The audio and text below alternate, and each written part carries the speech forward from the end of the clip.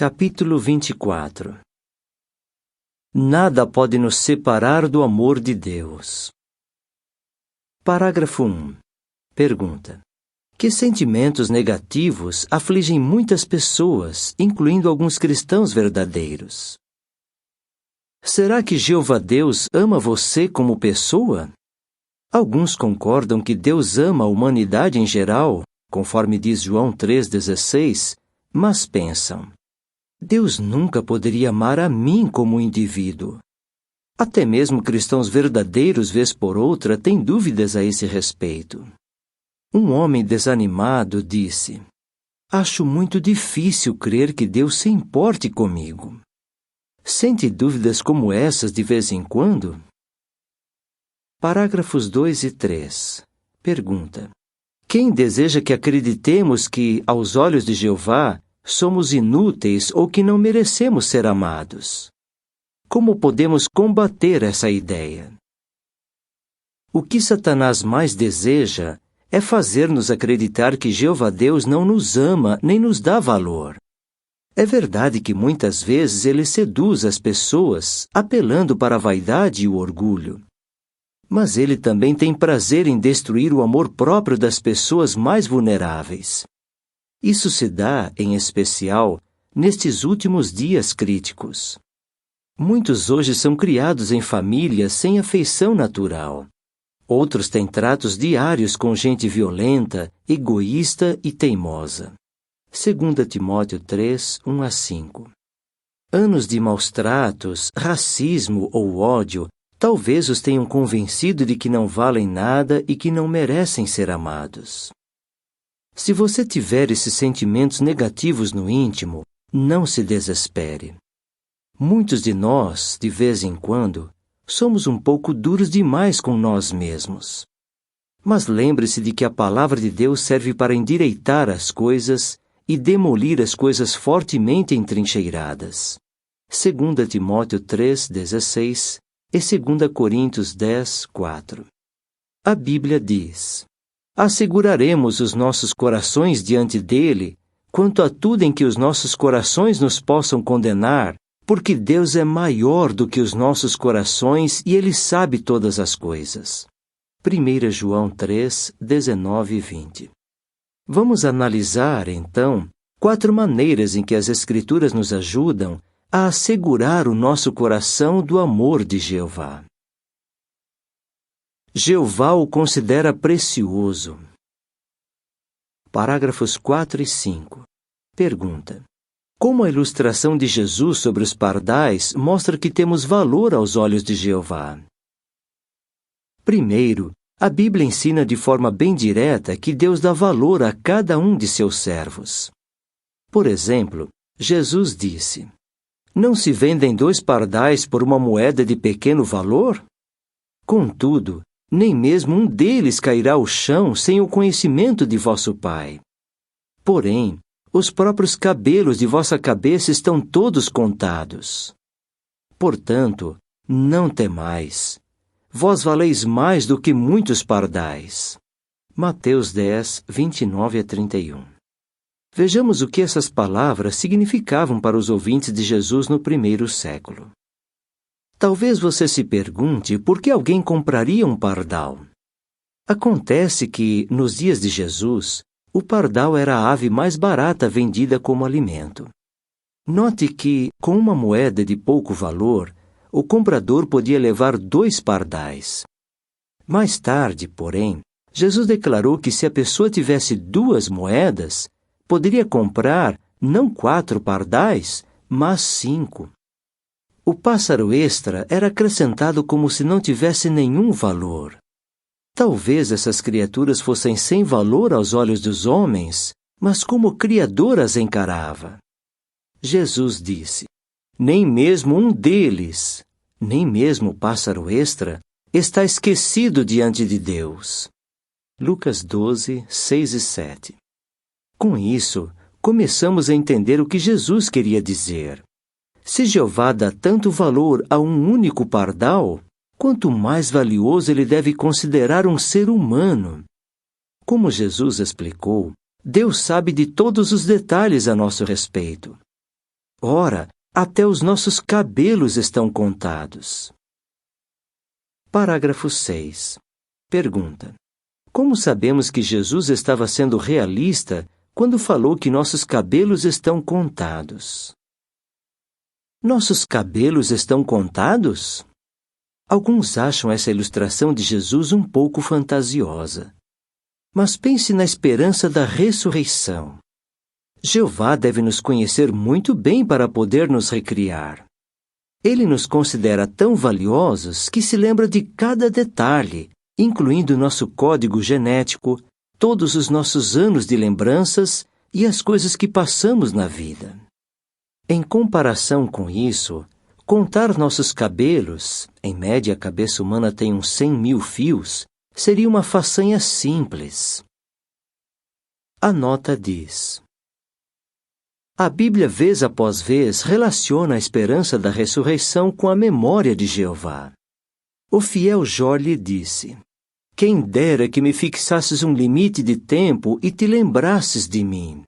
Jó 14, 13. Jesus falou da ressurreição de todos os que estão nos túmulos memoriais. João 5, 28 e 29. Isso é apropriado porque Jeová se lembra perfeitamente dos mortos que ele vai ressuscitar. Fim da nota. O que Jeová vê em nós? Parágrafos 7 e 8. Pergunta A. Ao sondar o coração dos humanos, Jeová fica contente quando se depara com que qualidades? Pergunta B. Quais são algumas das nossas obras a que Jeová dá valor? Em segundo lugar, a Bíblia ensina-nos o que Jeová aprecia nos seus servos. Em termos simples, nossas boas qualidades e nossos esforços. O rei Davi disse ao seu filho Salomão: Jeová sonda todos os corações e discerne toda a inclinação dos pensamentos. 1 Crônicas 28, 9. Ao sondar bilhões de corações humanos neste mundo violento e cheio de ódio, como Jeová deve ficar contente quando encontra um coração que ama a paz, a verdade e a justiça. O que acontece quando Deus encontra um coração cheio de amor por Ele, que procura aprender sobre Ele e transmitir esse conhecimento a outros? Jeová nos informa que Ele presta atenção aos que falam com outros a seu respeito. Ele até mesmo tem um livro de recordação para todos os que temem a Jeová e para os que pensam no seu nome. Malaquias 3:16. Para ele, essas qualidades são preciosas. Quais são algumas das boas obras a que Jeová dá valor? Sem dúvida, aos esforços que fazemos para imitar o seu Filho, Jesus Cristo. Uma obra muito importante que Deus aprecia é a divulgação das boas novas do reino. Lemos em Romanos 10:15. Quão lindos são os pés daqueles que declaram boas novas de coisas boas. Normalmente, talvez não consideremos nossos humildes pés como lindos ou belos. Mas aqui eles representam os esforços dos servos de Jeová para pregar as boas novas. Esse empenho é belo e precioso aos seus olhos. Parágrafos 9 e 10. Pergunta A. Por que podemos ter certeza de que Jeová dá valor à nossa perseverança em face de várias dificuldades? Pergunta B. Jeová nunca tem que conceito negativo sobre seus servos fiéis? Jeová também dá valor à nossa perseverança. Lembre-se de que Satanás quer que você dê as costas a Jeová. Cada dia que você permanece leal a Deus é mais um dia em que ajudou a dar uma resposta às zombarias de Satanás. Nem sempre é fácil perseverar. Problemas de saúde, dificuldades financeiras, aflição emocional e outros obstáculos podem tornar cada dia que passa uma provação. Expectativas adiadas também podem ser muito desanimadoras. Quando nos mantemos firmes em face dessas provações, Jeová dá ainda mais valor à nossa perseverança. Foi por isso que o rei Davi pediu que Deus guardasse suas lágrimas num odre e acrescentou, confiante: Não estão no teu livro? Salmo 56, 8. Sem dúvida, Jeová dá muito valor a todas as nossas lágrimas e aos sofrimentos que suportamos ao manter nossa lealdade a Ele, não se esquecendo disso. São coisas valiosas aos seus olhos. Porém, talvez achemos difícil aceitar essas provas de nosso valor aos olhos de Deus se o nosso coração nos condena. Ele talvez sussurre insistentemente: Mas há tantos outros que são mais exemplares do que eu. Como Jeová deve ficar desapontado quando me compara com eles? Mas o Criador não faz comparações, nem tem um conceito rígido ou severo. Ele examina a fundo os corações humanos e dá valor às boas qualidades, mesmo que sejam mínimas. Jeová procura o que temos de bom. Parágrafo 11. Pergunta: Ao analisar o modo como Jeová lidou com Abias, o que aprendemos sobre nosso Criador? Terceiro, quando Jeová nos examina, ele procura cuidadosamente o que temos de bom. Por exemplo, quando decretou que toda a dinastia apóstata do rei Jeroboão fosse executada, ele ordenou que um dos filhos do rei, Abias, recebesse um enterro decente. Por quê? Nele se achou algo de bom para com Jeová, o Deus de Israel. 1 Reis 14, 1 e 10 a 13. Jeová, na verdade, examinou o coração daquele jovem e encontrou algo de bom nele. Talvez se tratasse de muito pouca bondade, mas mesmo assim, Deus considerou apropriado registrar isso na sua palavra. Ele até recompensou aquele único membro de uma família apóstata, mostrando-lhe a misericórdia que julgou apropriada. Parágrafos 12 e 13. Pergunta A. Como o caso do rei Josafá mostra que Jeová procura o que temos de bom mesmo quando pecamos. Pergunta B. No que se refere a nossas boas obras e qualidades, em que sentido Jeová age como um pai amoroso? Há um exemplo ainda mais positivo, o do bom rei Josafá. Quando ele cometeu um ato tolo, o profeta de Jeová lhe disse: Por isso a indignação contra ti da parte da pessoa de Jeová. De fato, palavras preocupantes. Mas a mensagem de Jeová não parou por aí. Acrescentou: Não obstante, acharam-se boas coisas contigo. 2 Crônicas 19, 1 a 3. De modo que, apesar de sua ira justa, Jeová não ficou cego para com a bondade de Josafá. Como isso é diferente do modo como agem os humanos imperfeitos. Quando ficamos aborrecidos com outros, nossa tendência é desconsiderar o que eles têm de bom. E quando pecamos, o desapontamento, a vergonha e a culpa que sentimos nos fazem esquecer das boas qualidades que nós mesmos temos. Lembre-se, porém, de que se nos arrependermos de nossos pecados e fizermos bastante esforço para não repeti-los, Jeová nos perdoará. Quando nos examina, Jeová põe de lado esses pecados, mais ou menos como um minerador à procura de ouro descarta o cascalho sem valor. E o que faz com nossas boas qualidades e obras? Essas são as pepitas que ele guarda. Já notou que pais amorosos muitas vezes guardam os desenhos e trabalhos escolares dos filhos, às vezes por décadas, quando os filhos até já se esqueceram deles? Jeová é o pai mais amoroso que existe. Se permanecermos fiéis, ele nunca se esquecerá de nossas boas obras e qualidades. De fato, ele consideraria uma injustiça esquecer-se delas, e ele nunca é injusto. Jeová também procura o que temos de bom de outra maneira. Parágrafos 14 e 15. Pergunta A. Por que nossas imperfeições não impedem Jeová de notar o que temos de bom? Ilustre isso. Pergunta B. O que Jeová fará com as coisas boas que achar em nós e como Ele encara seu povo fiel? Em vez de se concentrar em nossas imperfeições, Jeová vê o nosso potencial.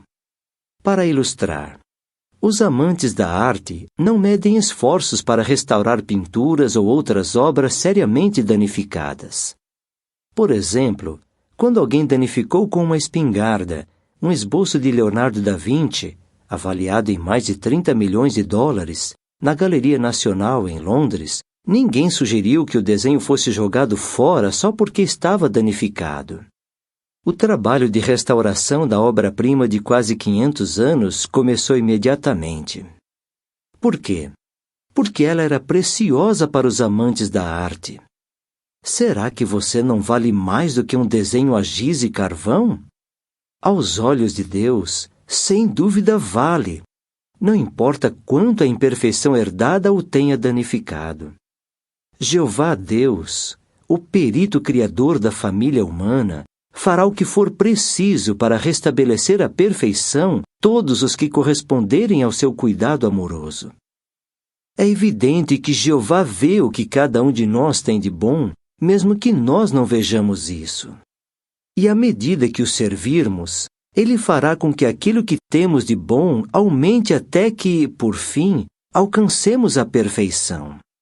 Não importa como o mundo de Satanás tenha nos tratado, Jeová considera seus servos fiéis como desejáveis ou preciosos.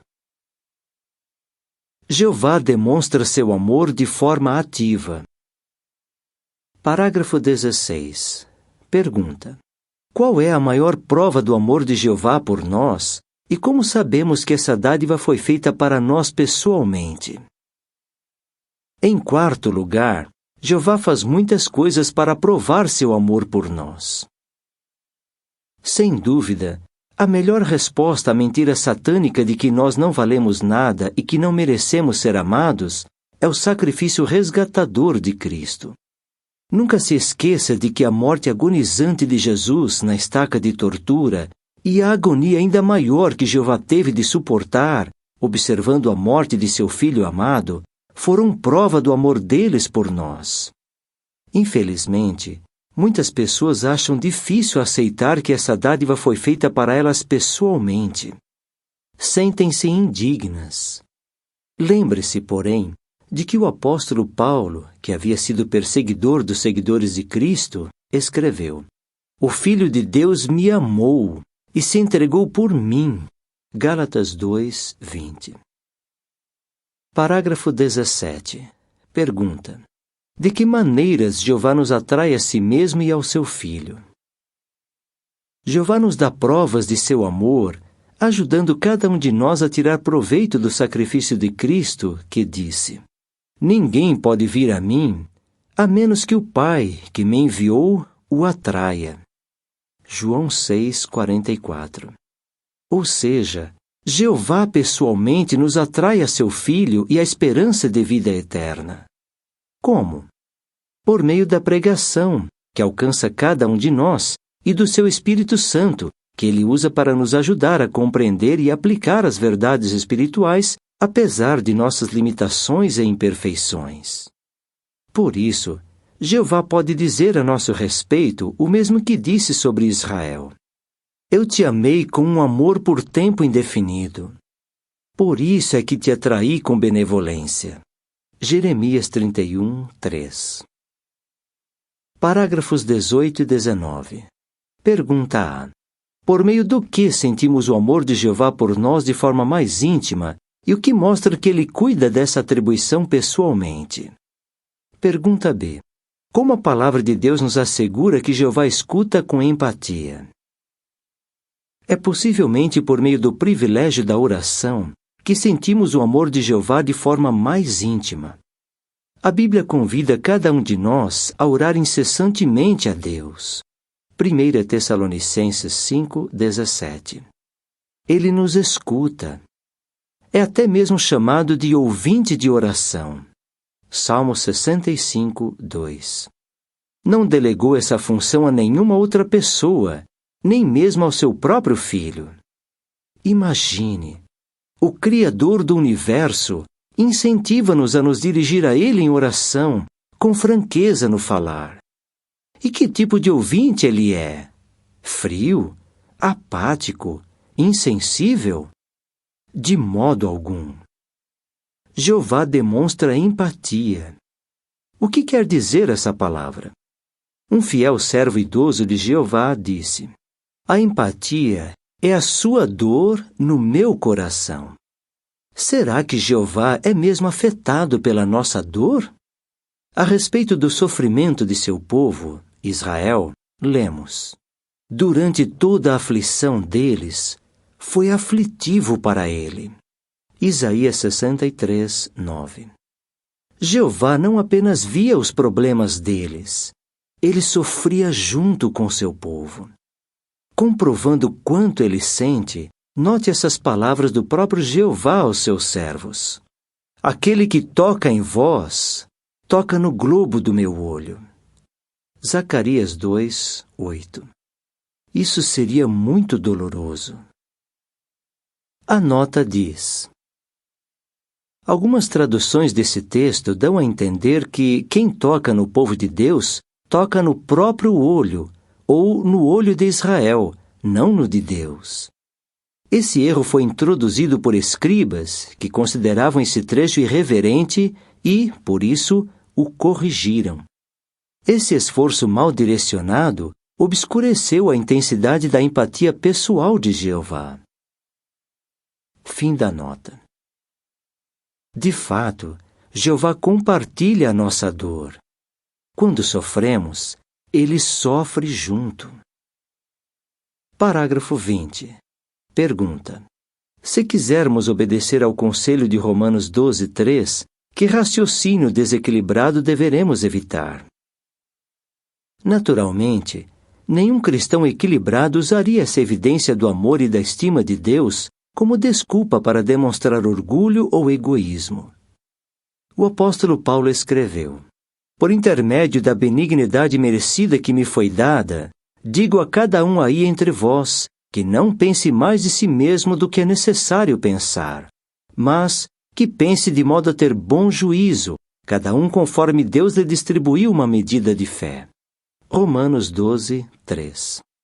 Outra tradução diz assim: digo a todos vocês que não se achem melhores do que realmente são.